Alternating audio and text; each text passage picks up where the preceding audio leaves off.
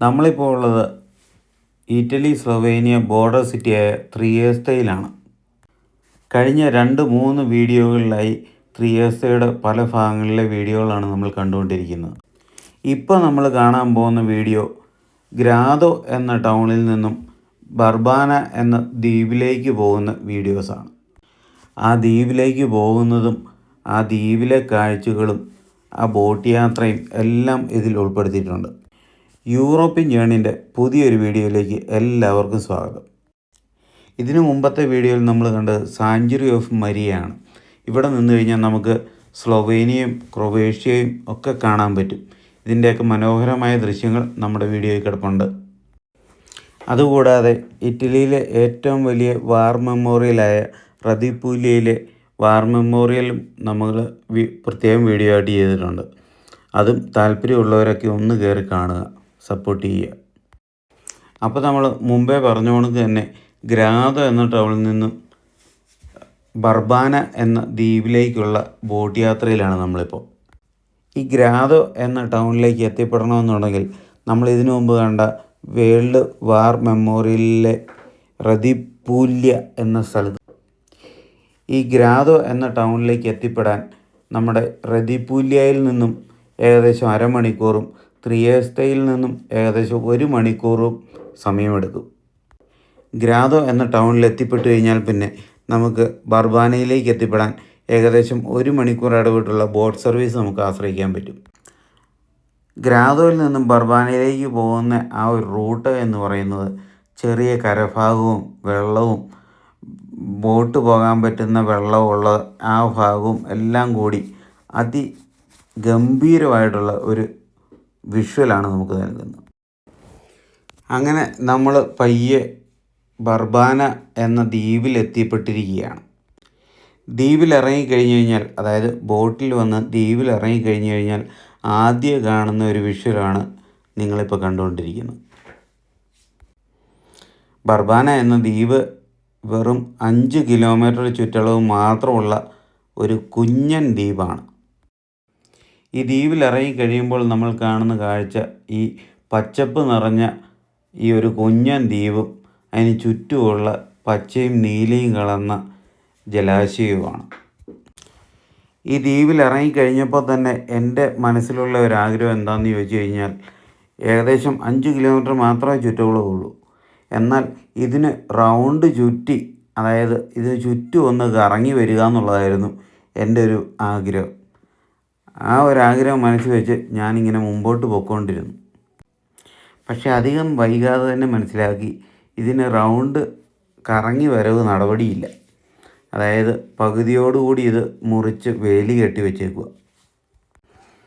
അപ്പം ഞാൻ മുമ്പിൽ കണ്ട ഒരു പള്ളിയിലേക്ക്, അതായത് ഇവിടുത്തെ വലിയ ചർച്ചിൻ്റെ ഫ്രണ്ടിലേക്ക് എത്തി. നല്ല അതിഗംഭീരമായ ഒരു കൺസ്ട്രക്ഷൻ. പയ്യെ ഞാൻ അതിൻ്റെ അകത്തേക്ക് കയറി. അകത്തെ കാഴ്ചകളാണ് നമ്മളെ വിസ്മയിപ്പിക്കുന്ന ഒരു സംഭവം. അങ്ങനെ അതിശയത്തോടെയും ഭയഭക്തി ബഹുമാനത്തോടെയും ഒക്കെ ഞാൻ ഈ പള്ളി കണ്ടു തീർക്കുകയാണ്.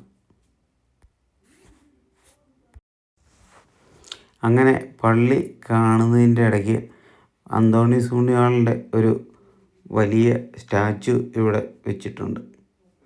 അതുമൊക്കെ കണ്ട് പയ്യെ ഞാൻ പള്ളിയുടെ പുറത്തേക്ക് ഇറങ്ങി. പള്ളിയുടെ പുറത്ത് തന്നെ എല്ലാ പള്ളികളെയും പുറത്ത് കാണുന്ന കണക്ക് തന്നെ ഒരു ഭക്ത സാധനങ്ങളൊക്കെ വിൽക്കുന്ന കടകളും എല്ലാം കാണാൻ സാധിച്ചു. അതോടൊപ്പം തന്നെ വെറൈറ്റിക്കായി ഈ ദ്വീപിൽ മാത്രം ഉൽപ്പാദിപ്പിക്കുന്ന ഒരു ലിക്കറും കാണാൻ പറ്റി. അങ്ങനെ പയ്യെ ആ ഭക്തസാധനങ്ങളൊക്കെ വിൽക്കുന്ന കടയ്ക്കുള്ളിൽ കയറി ഇവിടെ വന്നതിൻ്റെ ഓർമ്മയ്ക്കായി ഒരു സുവനീറൊക്കെ വാങ്ങിച്ച് ഞങ്ങൾ പയ്യെ പുറത്തേക്ക് ഇറങ്ങി. വാങ്ങിക്കാനാണെങ്കിൽ ഒരു തുക സാധനങ്ങൾ ഈ കടയ്ക്കുള്ളിലുണ്ട്. അതും നല്ല ഗംഭീരമായിട്ട് സെറ്റ് ചെയ്ത് വെച്ചിരിക്കുന്നു. പള്ളിയിൽ നിന്നും ഇറങ്ങി വീണ്ടും ഞാൻ ആ ദ്വീപിൻ്റെ ആ ഒരു ഗ്രീനറി ആസ്വദിക്കാനായി പുറത്തേക്ക് ഇറങ്ങി. അങ്ങനെ നടക്കുമ്പോൾ ഒരു കുഞ്ഞു ചാപ്പൽ നമ്മുടെ ശ്രദ്ധയിൽപ്പെട്ടു. ഞാൻ പയ്യെ ആ ചാപ്പലിനുള്ളിലേക്ക് കയറി ചാപ്പലിനുള്ളിൽ അധികം ആൾക്കാരൊന്നുമില്ല. എന്നാലും നല്ല ഒരു ഒരു ഒരു സ്പിരിച്വൽ ആംബിയൻസ് ഉള്ള ഒരു കുഞ്ഞു ചാപ്പൽ. അതിനുള്ളിലെല്ലാം മനോഹരമായ പെയിൻറ്റിങ് കൊണ്ട് അലങ്കരിച്ചിരിക്കുന്നു. ആ പെയിൻറ്റിങ്ങുകൾ ഒരു കുഞ്ഞ് അൾത്താരയും നമുക്ക് കാണാൻ പറ്റുന്നുണ്ട്.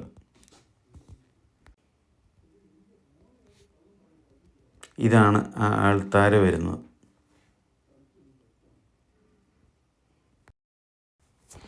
പള്ളിയൊക്കെ കണ്ട് പള്ളിയുടെ പുറത്തേക്ക് ഇറങ്ങി കഴിഞ്ഞപ്പോൾ പള്ളിയുടെ ചുറ്റിനും ഇതുകൊണ്ട് ഇവിടുത്തെ അച്ഛന്മാരെ അടക്കിയ കല്ലറകളാണ് കാണുന്നത്. ഈ പള്ളിക്ക് ചുറ്റുമായിട്ടാണ് ഇവിടെ സർവീസ് ചെയ്തിരിക്കുന്ന അച്ഛന്മാർ, മരിച്ചുപോയ അച്ഛന്മാരെ അടക്കിയിരിക്കുന്ന സ്ഥലം. അതൊരു വെറൈറ്റി ആയിട്ട് എനിക്ക് തോന്നി. അങ്ങനെ ആ കുഞ്ഞു ചാപ്പലും ഈ അച്ഛന്മാരെ അടക്കിയേക്കുന്ന സ്ഥലവും എല്ലാം കണ്ട് ഞാൻ ഈ ദ്വീപിൻ്റെ കൂടുതൽ കാഴ്ചകളിലേക്ക് പോവുകയാണ്. ദ്വീപ് നോക്കുമ്പോൾ മൊത്തത്തിൽ മരങ്ങളും ഒക്കെ ആയിട്ട് ഫുൾ ഗ്രീനറിയാണ്.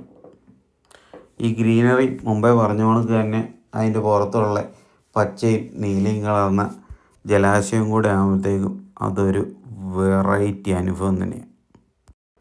അങ്ങനെ ആവശ്യത്തിലധികം ഈ ദ്വീപിനെ ആസ്വദിച്ചതിന് ശേഷം ഞങ്ങൾ പയ്യെ തിരിച്ചു പോകാനുള്ള സമയമായിരിക്കുകയാണ്. അങ്ങനെ ഞങ്ങൾ തിരിച്ചുള്ള ബോട്ടിൽ കയറി ഗ്രാദോ എന്ന ടൗൺ ലക്ഷ്യമാക്കി ബോട്ടിൽ യാത്ര ചെയ്യുകയാണ്. ബോട്ടിൻ്റെ അപ്പർ ഡെക്കിൽ നിന്നുമുള്ള വിഷ്വൽസാണ് നിങ്ങളിപ്പോൾ കണ്ടുകൊണ്ടിരിക്കുന്നത്. നമ്മൾ ബർബാന എന്ന ദ്വീപിൽ നിന്നും ഏകദേശം ഗ്രാദോ എന്ന ടൗണിലേക്ക് അടുത്തു. അതുകൊണ്ടാണ് നമുക്ക് ഈ കരഭാഗം അപ്പുറം ഇപ്പുറമൊക്കെ കാണാൻ പറ്റുന്നത്. നിരവധി ചെറുതും വലുതുമായിട്ടുള്ള ബോട്ടുകൾ പാർക്ക് ചെയ്തിരിക്കുന്നത് കാണാൻ പറ്റുന്നുണ്ട്. ബോട്ടുകൾ വെള്ളത്തിലും കരയിൽ കാറുകളും പാർക്ക് ചെയ്തിരിക്കുന്ന വിഷ്വൽസ് നമുക്ക് കാണാൻ പറ്റുന്നുണ്ട്. എന്തായാലും ഈ ബോട്ടിൻ്റെ അപ്പർ ഡെക്കിൽ നിന്നുള്ള ഈ വ്യൂ അതൊരു മറക്കാൻ പറ്റാത്ത ഒരു വ്യൂ തന്നെ. അങ്ങനെ നമ്മൾ ഗ്രാദോ ടൗണിലേക്ക് അടുത്തുകൊണ്ടിരിക്കുകയാണ്. ഈ വെള്ളത്തിൽ കൂടെ ഈ ബോട്ടിൽ പോകുമ്പോഴുള്ള മനോഹരമായ ദൃശ്യങ്ങളൊക്കെ ആസ്വദിച്ച് ഇങ്ങനെ വരികയാണ്. അപ്പോഴാണ് ചെറിയ ഒരു പാലം, ചെറുതല്ല ഇച്ചിരി വലിയ പാലം, അതായത് നമുക്ക് ബോട്ടിലിരിക്കുമ്പോൾ കൈ എത്തിച്ച് തൊടാൻ പറ്റുന്നത്. നമ്മുടെ ഫ്രണ്ടിലിരിക്കുന്ന പിള്ളേരൊക്കെ കൈ എത്തിച്ച് തൊടുന്നൊക്കെയുണ്ട്. അങ്ങനെയുള്ള ഒരു പാലവും ഒക്കെ കവർ ചെയ്ത് നമ്മൾ ഗ്രാദോ ടൗണിലേക്ക് എത്തുകയാണ്. ഗ്രാദോ ടൗണിൻ്റെ വീഡിയോ വേറെ വരുന്നുണ്ട്. അപ്പം ഇതുവരെ വീഡിയോ കണ്ട എല്ലാവർക്കും ഒത്തിരി